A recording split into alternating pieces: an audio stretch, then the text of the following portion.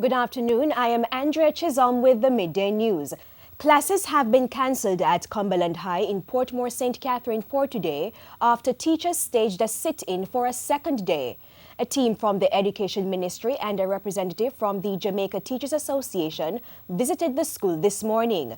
Teachers are protesting what they say is a breakdown in discipline, pointing to attacks from students. In the latest incident, a female student attacked the principal on Friday after he attempted to discipline her. But parents of the student claim she was abused. And of course, we'll have more details on that story in primetime news at 7. Following an increase in the number of students being robbed, the school cashless initiative was launched yesterday at St. George's College. Details from Simone Golding. A number of cases in recent times in which students were injured and even killed during robberies have forced the launch of a cashless system for schools. The first phase of the cashless system was launched in September 2016 at the Michael University College. President of the National Parent Teachers Association of Jamaica, Everton Hannam, says it will give students a safer way of spending. The initiative I see also will allow for spending on campus. The initiative will also not distinguish between those parents or those students who are on PAD system, and so it is a good system that will allow for equality of students on campus at all times. He wants the initiative to be extended to rural schools. It is important that we extend initiatives like these outside of the corporate area. Our parents outside of the corporate area are parents, and as I always say, they're also consumers, and so therefore they would like to be a part of any initiative that is being endorsed by the National PTA. An electronic system is democratic because when a student is presenting a card rather than cash, you really can't tell the difference whether it's a past student or a student whose parents who has the wherewithal to fund their school expenses. And this card just really democratizes the whole situation. You're looking at a child and all the children are presenting the same card and they're buying the same goods, they're buying the same services at the same school. You can't tell whether this is a child of affluence or a child of meager means. And that to me is how you build a society. You want a society that is equal, that's egalitarian, that you can't make the distinction just by looking on somebody and figuring out how much money they have. Simone Golding reporting for TVJ News. 4 men were taken in custody yesterday in connection with the seizure of 3 illegal firearms and 45 assorted rounds of ammunition. The seizure, which was made yesterday at a special operation in Standpipe Kingston 6, include a Bushmaster semi-automatic assault rifle and 2 Glock pistols. The identities of the 4 men in custody are being withheld pending further investigations. Police report that there has been an increase in gun activities in the Standpipe area. A 5-bedroom house and a motor vehicle were destroyed by fire at 4 Mercer Avenue in New Haven, St. Andrew this morning. The building also housed a shop and a garage. EGBERT Pink said he was sweeping the yard when he saw his grandson running from the back room shouting fire. So I say, how the fire for in there? I know currents in that room. So I'm saying no know, but him see the fire raging. I was in my room and it's like I never know when it starts. You smell smoke or anything. But it's when I feel like fire over my head and then it starts to spread. And then I just dash out, never get to grab anything.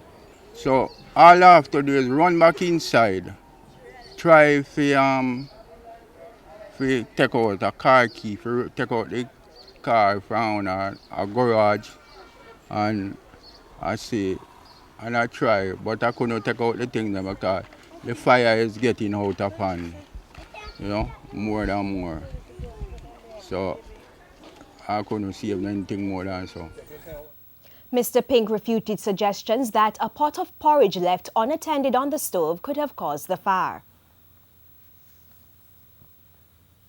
There are appeals for assistance to rebuild this afternoon after a freak storm swept through the Comfort district of Manchester on Sunday.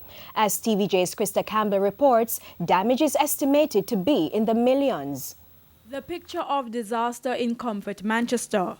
Residents say it happened sometime after 5 o'clock Sunday afternoon. Before, a heavy shower rain came down and then a strong breeze come by.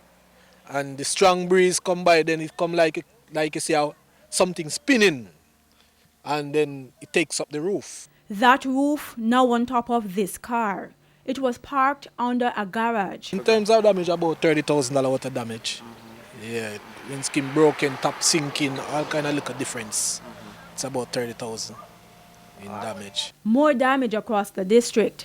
Rooftops in piles close to the houses they once covered. The occupants of this house had a close call.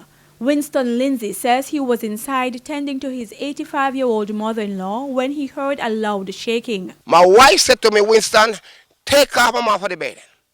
And just as I take my mother-in-law off the bed and bring her to the back room, the roof just come down. Bed went up and everything. So the thing is, the only thing we have to do this morning, I get some helping taking off the roof that come off.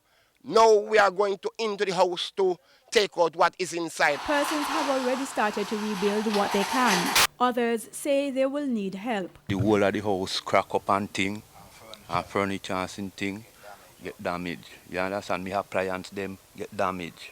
You understand? So what we doing here now, we have to sweep out water out of the whole of the room. Trees snapped under the force of the storm, some knocked down and others uprooted altogether. Farmers have also suffered losses. If all them dead and them thing there, goat dead and everything, hog and water and them thing there. KRISTA Campbell, TVJ News.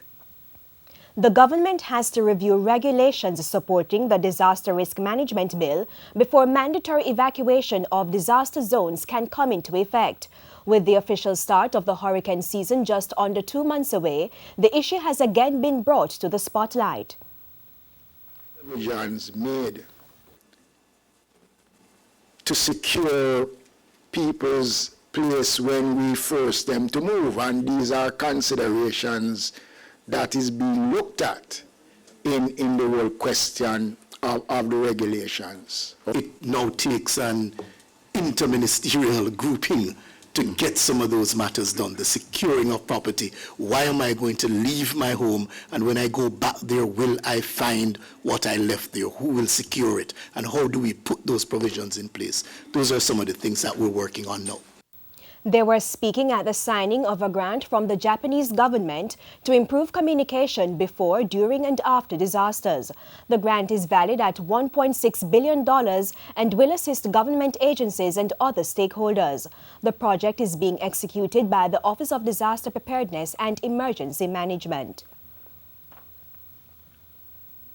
A number of tourism-related projects are set to come on stream in the parishes of Portland and St. Anne, leading to more jobs and an increase in economic activities. Tourism Minister Ed Bartlett outlined some of those projects at a recent meeting with stakeholders in the western end of the island. That the very luxurious Lux Resort brand will find its way to Navy Island. We expect also that ground will be broken for the Dragon Bay redevelopment project that will see perhaps another 300 or so rooms there. And we are expecting, in terms of cruise activity in Port Antonio, a renaissance, if you will, because in November the Seaboard returns, a luxury ship with 600 passengers. Mr. Bartlett also pointed to upcoming projects in the Garden Parish. Hopefully, by the third quarter of this year, we will also break ground for perhaps the largest single development that the country would have had in Charisma in St. Anne. And hopefully, just before the turn of the next year, we will break ground also for the Chinese development project in Miami Bay in St. Anne. The tourism minister is urging Jamaicans to take advantage of the opportunities by creating memorable experiences for visitors.